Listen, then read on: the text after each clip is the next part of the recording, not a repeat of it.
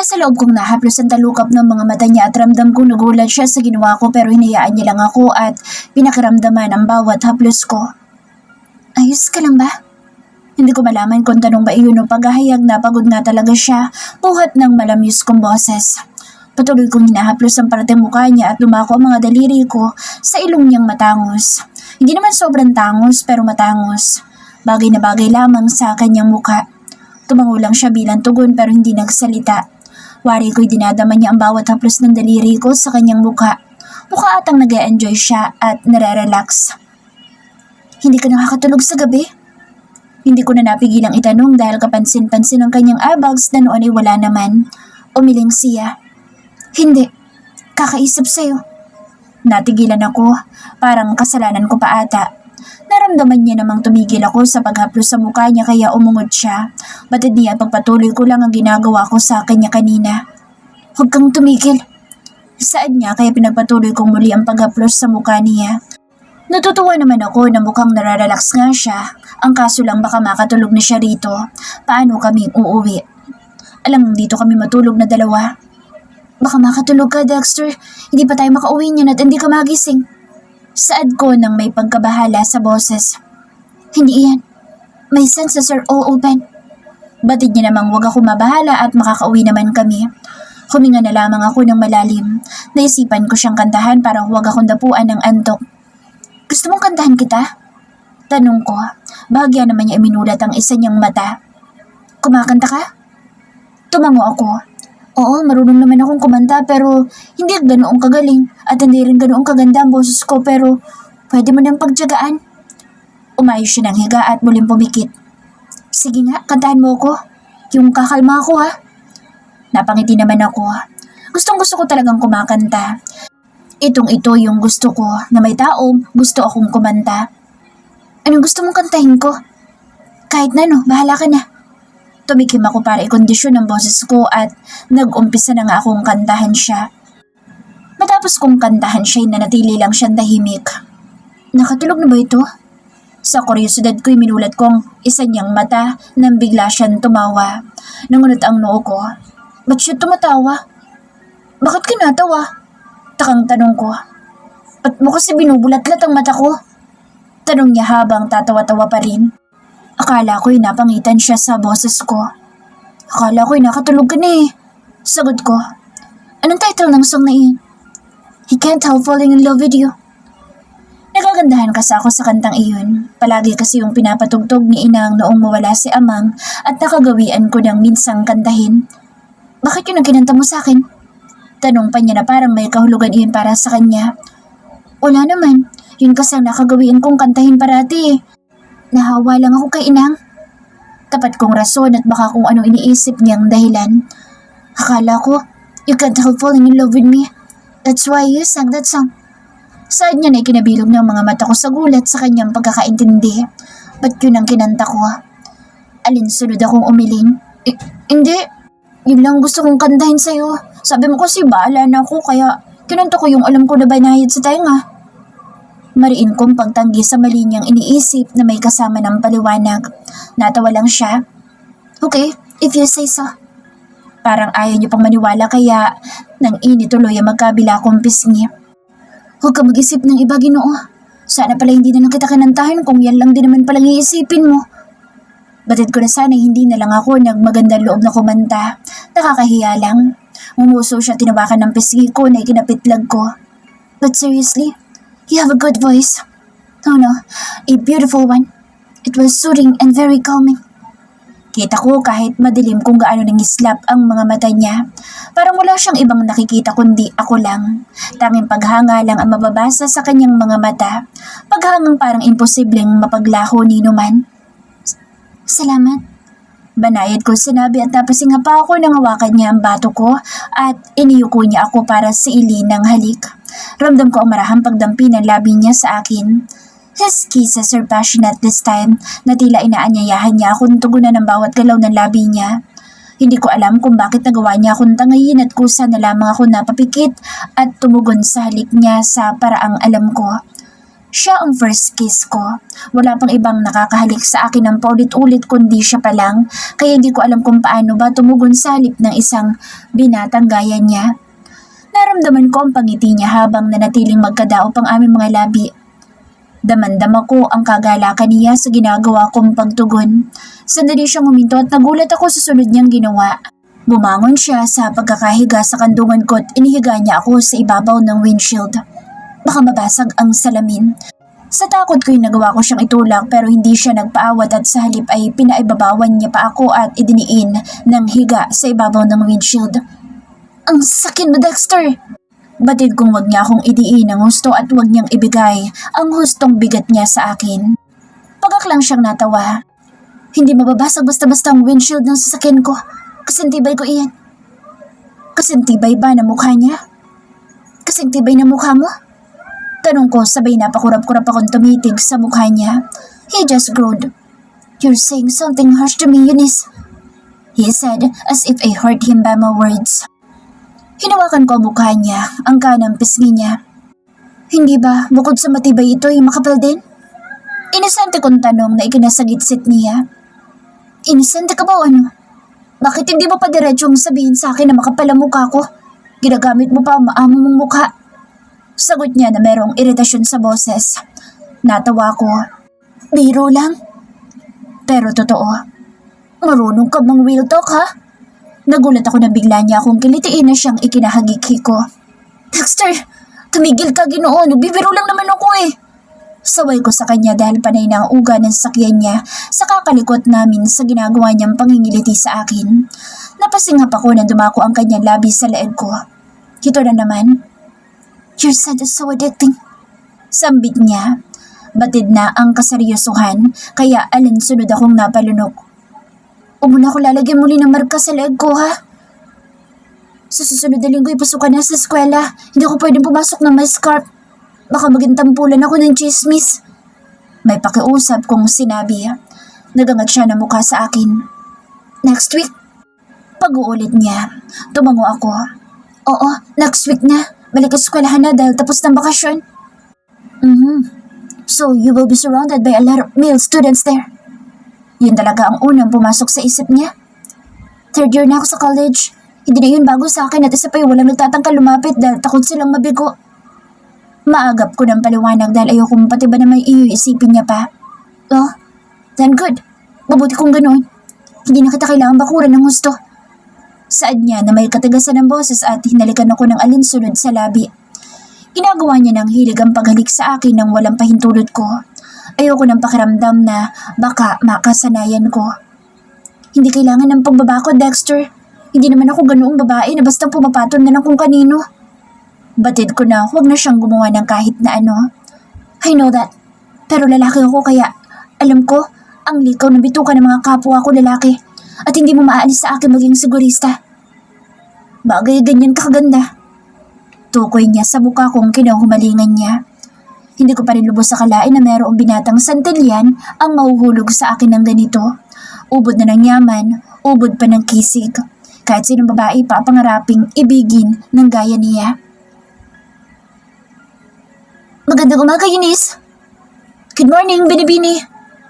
Maganda ka pa sa umaga, Eunice. Kapag naman talaga ganyan kaganda makikita mo sa umaga, talaga namang gaganahan kami dito mag-ani ng tubo. Nakangiti at tatawa-tawa na lamang akong tinutugunan ng kanilang mga pagbati nang may halo pang pambobola sa akin. Iilan lang iyan sa mga kalalakihang nadaraanan ko na panay lang ang bati sa akin ngayon. Daladala ko ang tanghalian ni Inang na tumutulong ito sa pag-aani ng mga tubo rito sa tubuhan na pag-aari din ng mga santilyan. Kayo talaga mga lalaki kayo? Tigil-tigilan nyo na mga kagaganyan sa dalagang si Eunice. Baka kayo ay mga samain at pare-pareho pa tayong mapalayas dito. Pananaway naman ang matandang si Mang Orlando na namamahala ng tubuhan. Nagtataka ko namang tinignan na matanda dahil sa sinabi nito. Bakit naman sila palalayasin ng nayon? Bumabati lang naman sila. Napakamot na lamang sa ulo ang mga kalalakihang karamihan ay mga binata pa. At ang iba naman ay may mga asawa na pero madalas kumakabati sa akin animoy mga wala pang sabit at nais pa akong pormahan. Minsan nakababahala din dahil baka mamaya bigla akong sugurin ng mga asawa nila, gayong wala naman akong ginagawang masama. Bumabati lang naman, Mang Orlando. Sagot pa ng isa habang kakamot-kamot sa ulo. Ba't sumasagot ka pa? Ikaw itong may asawa na nagkaka-interes pa sa dalaga. Bulyaw naman ang matanda. Nagpalipat-lipat ang tingin ko sa kanila at nilayasan ko na sila dahil baka magkaroon pa ng pagtatalo sa pagitan nila. Mataon na nandoon pa ako. Ayoko masangkot sa kaguluhan ng mga kalalakihan kaya agad ko na silang nilayasan. Bago pa man sila magkagulo dyan, bahala sila. Hinanap ko na si Inang habang inililibot ko ang tingin sa paligid. Lahat kasi silang nandito ay mga naka-long sleeve at mahabang manipis na pantalon, kaya hindi ko malaman kung sino ang babae o lalaki sa kanina dahil sa iisa lang naman ang mga itsura at mga nakatakip pa ang mga mukha nila habang panay lang sila sa pagtatabas ng tubo. "Oh, Eunice, magandang umaga. Sinong hanap mo?" Boses iyon ni Pancho, dahilan para mapalingon ako sa kanya. Ang totoo niyang pangalan ay Lucas, na masasabi kong isa sa makikisig na binata rin na naninirahan dito sa Nayon, pero ito yung tipo ng suplado. Sa lahat nga ng kalalakihan dito na parati ako nakikita, bukod tanging ito lang ata ang walang pakaalam sa presensya ko at ewan ko kung bakit. Pero ayos lang iyon, hindi ko naman hangad na kunin ng atensyon ng lahat. Kaya niya siguro ako kinakausap ngayon dahil napansin niyang kanina pa ako palingalinga sa paligid. Si Inang ang hanap ko, Ginoo. Dala ko kasang kanyang tanghalian.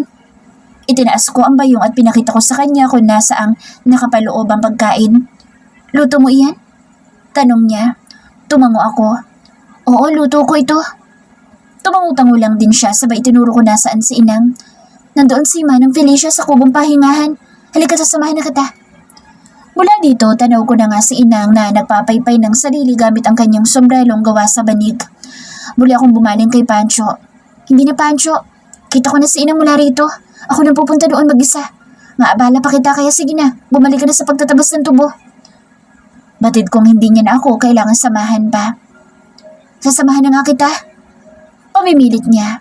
"Bahagyang umulan kanina at medyo naging maputik ang lupa banda roon, papuntang kubo. Aalalayan na kita." Napakurap-kurap na lamang ako at naguguluhan siyang ginawanan ng tingin. Bakit bigla ata siyang nakikipag-usap na sa akin ngayon sa tinagal-tagal na ng panahon namin magkakilala rito? Nakakabigla ang kanyang inaasta ngayon dahil kilala nga siyang supladong binata rito sa Nayon na walang dalagang pinapansin. At ngayon, heto siya't kinakausap ako.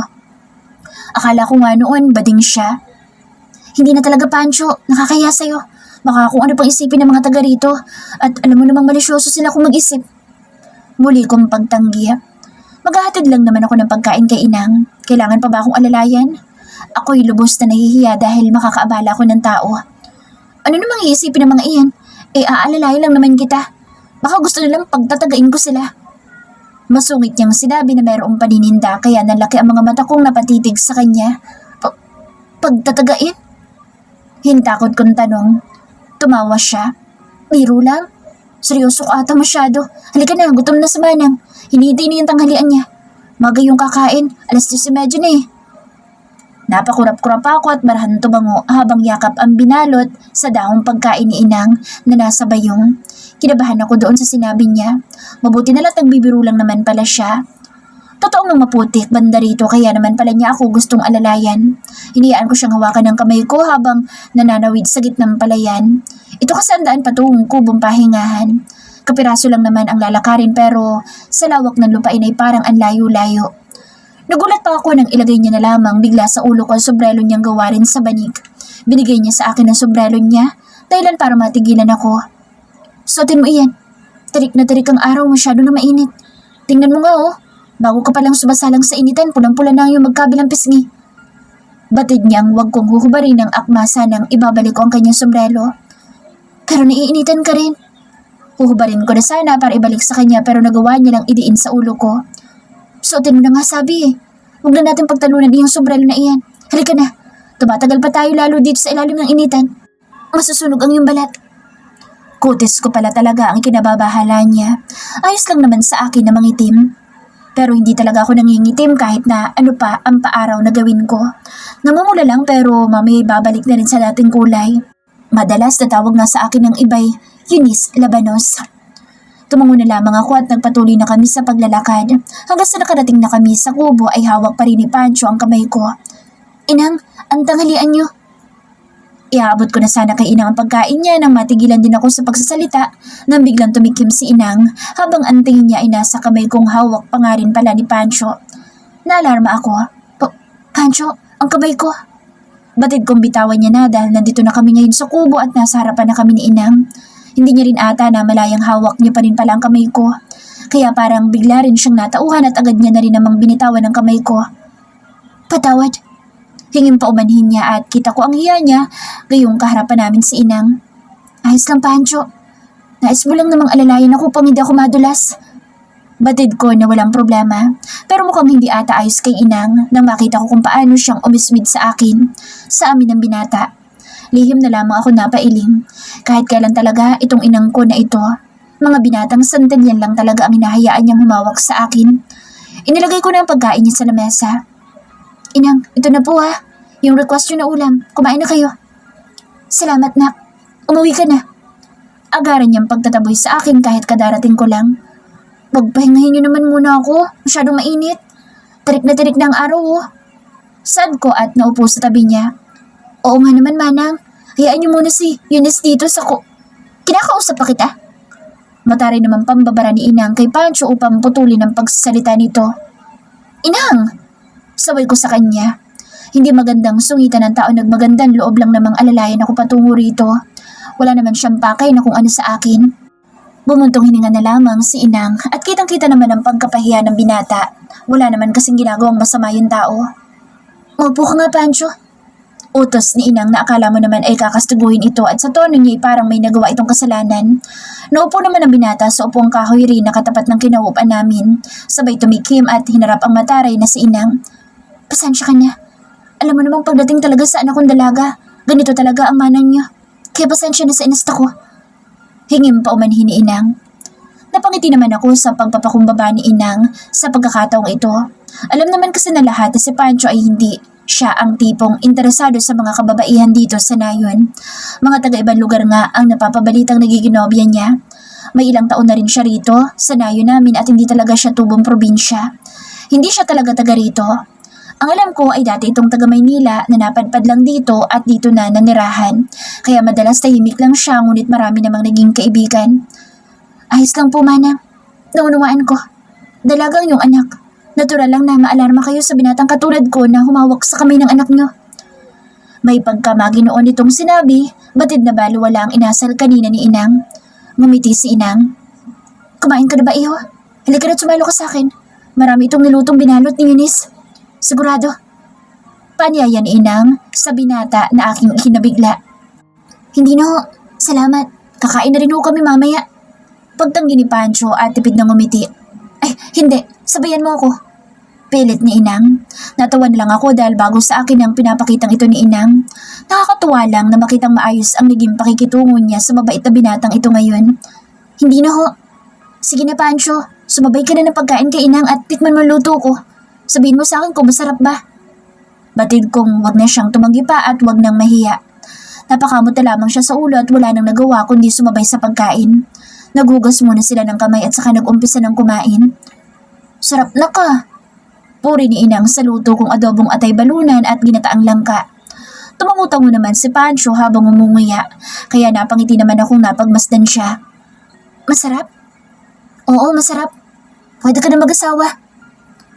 Nataranta ako nang biglang nabilaukan si Inang matapos iyong marinig, kaya dali-dali tuloy akong kumuha ng tubig na nasa lagayang dala ko rin. Inang tubig. Inabot ko sa kanya at agad naman niyang ininom habang hagod ang likod niya. Ayos lang ba kayo, Mana? Pag-aalala ring tanong ni Pancho hanggang sa maya-maya umayos na rin si Inang. Ano ka ba naman? Hinampas ni Inang si Pancho sa braso na kinagulat namin. Hindi pa pwede mag-asawa si Eunice. Bata pa ito, nag-aaral pa. Basta talaga sa usaping pag-aasawa, ganito palagi ang reaksyon niya.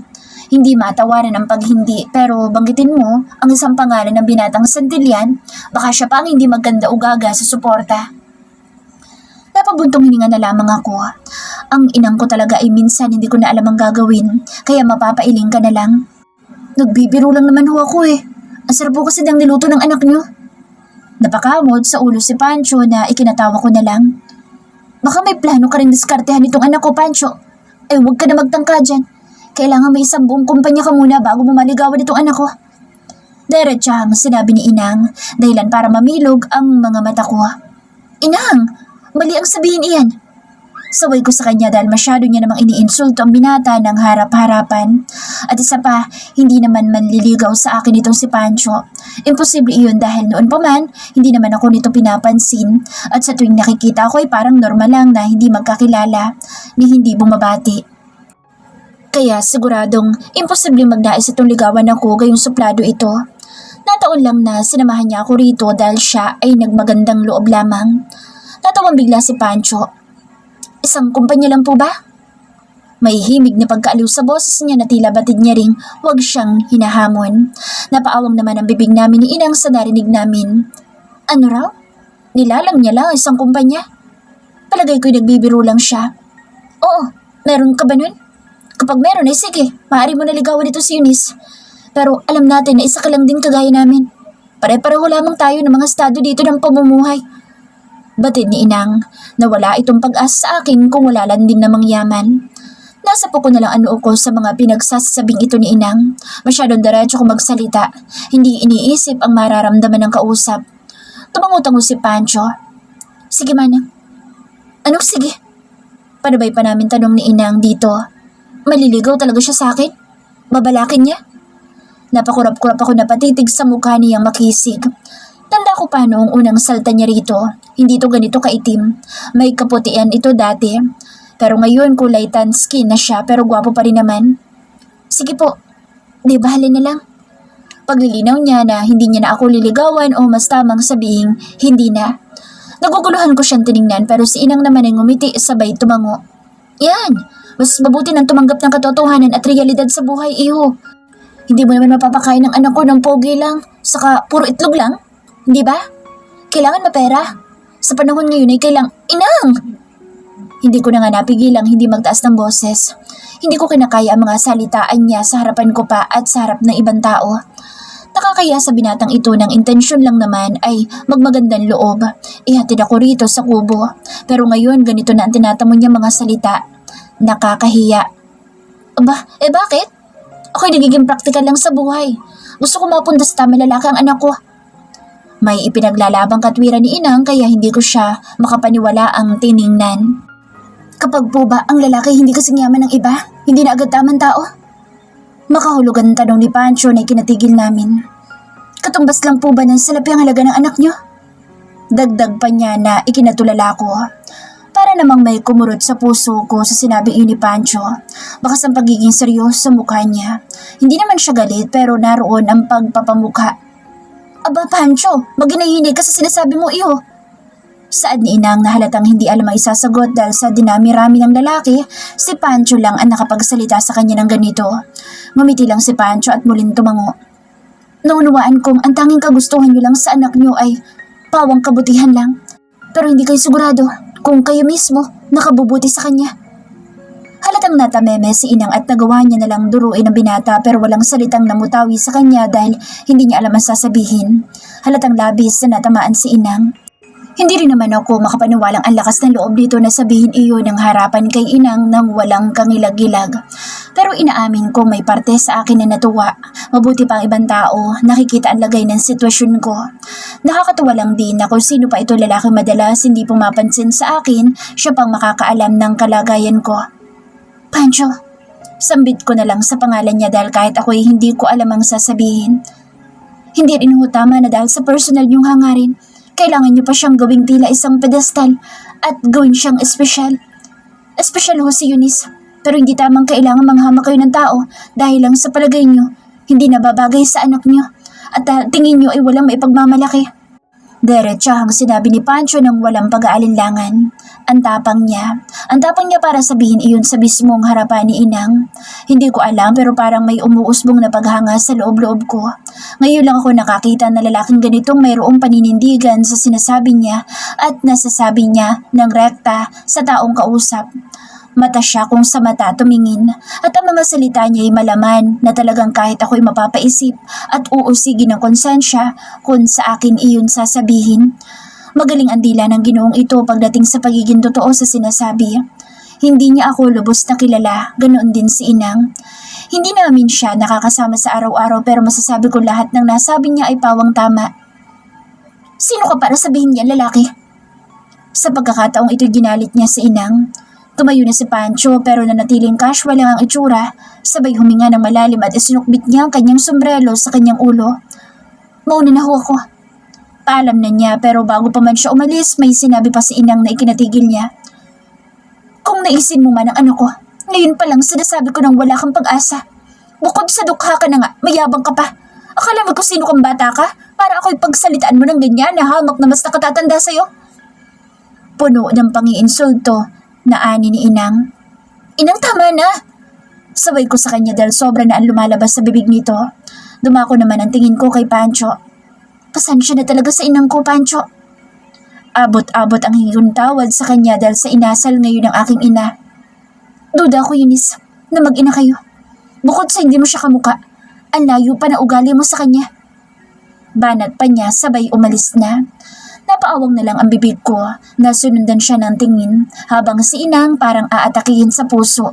Pero napansin ko ang biglaang pamumutla nito. Inang, ayos lang ho ba kayo? Kabadong tanong ko't inilalayan siyang iniayos ng upo. Kumuha ko ng malinis na bimpo mula sa bayong at ipinuna sa noon niyang biglang namawis ng malamig. Aatakin ako sa puso ng dahil sa batang iyon. Kahit ano mangyari, wag na wag ka magpapaligaw dyan. Bakas na bakas ang galit sa boses ni Inang. Hindi ko tuloy alam kung ano mararamdaman ko. Tama naman ang mga sinabi ni Pancho kanina. Sadyang hindi lang matanggap nitong si Inang, lalo na nang nag-iwan pa ito ng katagang baka hindi raw kami tunay na mag-ina. Imposible naman iyon. Kahit na hindi nga kami magkamukha ni Inang, alam kong anak niya ako at siguradong sinabi lamang iyon ni Pancho dahil sa pagkainsultong naramdaman niya. Inang, kumalma na po kayo. Kung tutuusin kayo naman nung una nagsalita na hindi maganda sa kanya, malamang na insulto yung tao. Magsasalita rin talaga iyon lalo na't hindi niyo naman siya kilala para sabihan niyo ng ganun.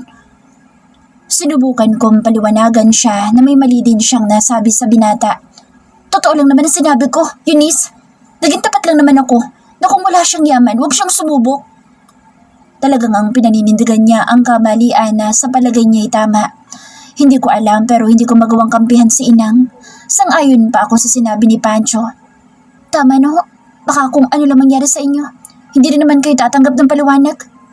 Pagsuko ko na dahil wala na talaga itong pinakikinggan. Ay hindi, yung lalaking iyan, kala mo kung sinong mayabang. Tatahitahimik, iba naman palang tabas ng dila. Akala mo taga rito, siya tayo lang naman. Pagngingit-ngit pa niya na batid niyang hindi pa siya tapos magalit. Bumuntong hininga na lang ako at tinayaan itong ilabas ang iritasyong nararamdaman. Kung ano-ano pang sinabi masasama tungkol kay Pancho at kasabay noon ay ang alisunod kong pagpikit. Hindi ko maatin na nakakarinig ng mga hindi magagandang salita pagdating sa kapwa. Kilala ko na si Inang, sa kanya ako lumaki pero hindi talaga ako masanay-sanay sa pag-uugali ng sarili kong ina. Ano, Inang, tapos na kayo magalit? Kimi kong tanong at ang mukha ko ay hindi na maipinta. Sa susunod na makikita ko pa yung lalaki iyan, tatamaan talaga siya sa akin. Hindi pa pala tapos. Ano naman gagawin niyo? Taga-rito din iyon sa nayon kaya parati pa rin kayo magkikita. Bagot kong sinabi sabay hingang malalim. Dibdib ko ang nagbabara kababato niya ng masasakit na salita sa binatang iyon na parang ako tuloy ang nakakaramdam. Makikiusap ako kay senyor na paalisin ang binatang iyan. Namilog naman ang mga mata ko sa sinabi niyang ito. Ano? Sino naman kayo para gawin iyan? Huwag niyong gagawin iyan sa kapwa niyo kung ayaw niyong gawin din yun sa inyo.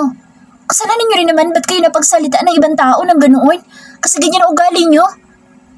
Batid ko na rin ang iritasyon ko dahil hindi tama ang naisip niya. Natigilan naman si Inang at tila nakapag-isip-isip. Ika nga nila huwag nagsasalita kapag galit. Halimbawa na siya roon. Ang tao talaga kapag nasasabihan ng katotohanan sa sarili nila, madalas hirap silang tanggapin, lalo na't ang tingin nila ay parati silang tama. Nakakadismaya. Inis, alis na muna ako. Ikaw na bahala magluto ng hapunan. May dadaluhan lang ako selebrasyon ng kaarawan dyan sa Karatag Bayan. Huwag mo na akong hihintayin ha. Matulog ka na. Tumango lamang ako. Sige Inang, ingat po kayo. Huwag kayo masyado magpapagabi at i-text niyo ako kapag pauwi na po kayo. Naiwan ako mag-isa rito sa bahay kaya itinuon ko na lang muna ang ilang oras ko para mag-aral. Na makaramdam ng gutom ay nagtungo ako sa kusina para magluto na. Hindi na sana ako kakain. Mag-isa lang naman ako pero dahil nagugutom ako'y magluluto na ako. Habang nagpaparikit ng apoy sa kala naming dikahoy at walang humpay nakakapaypay para mag-apoy, bigla naman ako napatalon sa gulat nang biglang may humalik sa bato ko, dahilan para magtaasan lahat ng balahibo ko. Sa gulat ko'y kumuha ako ng nagbabagang mahabang kahoy at itinutok sa kung sino mang lalaking tahasang ito.